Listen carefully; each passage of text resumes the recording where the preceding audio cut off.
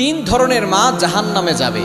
মা তো সবসময় দামি হয়, কিন্তু কিছু মা এমন আছে তারা এমন কিছু কাজ করে ফেলে, এই কাজের কারণে আল্লাহ পাক রব্বুল আলামিন তাদেরকে জাহান্নামে পাঠিয়ে দিবেন। মনে রাখবেন, যদি কেউ মা হয়ে যায় তাহলে যে সে জান্নাতি হয়ে যাবে বিষয়টা এমন না।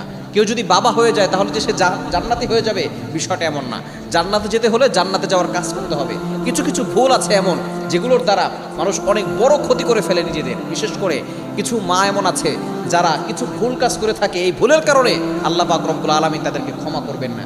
বিশেষ করে অন্যের হক কখনো ক্ষমা করবেন না। কোনো মা বাবা যদি সন্তানের প্রতি জুলুম করে, আল্লাহ পাক রব্বুল আলামিন এই জুলুম সহ্য করবেন না। ওই মা বাবাকে আল্লাহ পাক রব্বুল আলামিন শাস্তি দিবেন। কোনো সন্তান যদি পিতামাতার উপরে জুলুম করে, ওই সন্তানকে আল্লাহ শাস্তি দিবেন। এজন্য অবশ্যই আমাদেরকে সতর্ক থাকতে হবে। বিশেষ করে তিন ধরনের মা। নাম্বার ওয়ান, এক নম্বর হচ্ছে যেই মা সন্তানদের ভিতরে ঝগড়া লাগিয়ে দেয়। কিছু মা আছে এমন, একজন সন্তানের কথা আরেকজন সন্তানকে বলে, ভাইয়ের কথা বোনের কাছে বলে, বোনের কথা ভাইয়ের কাছে বলে।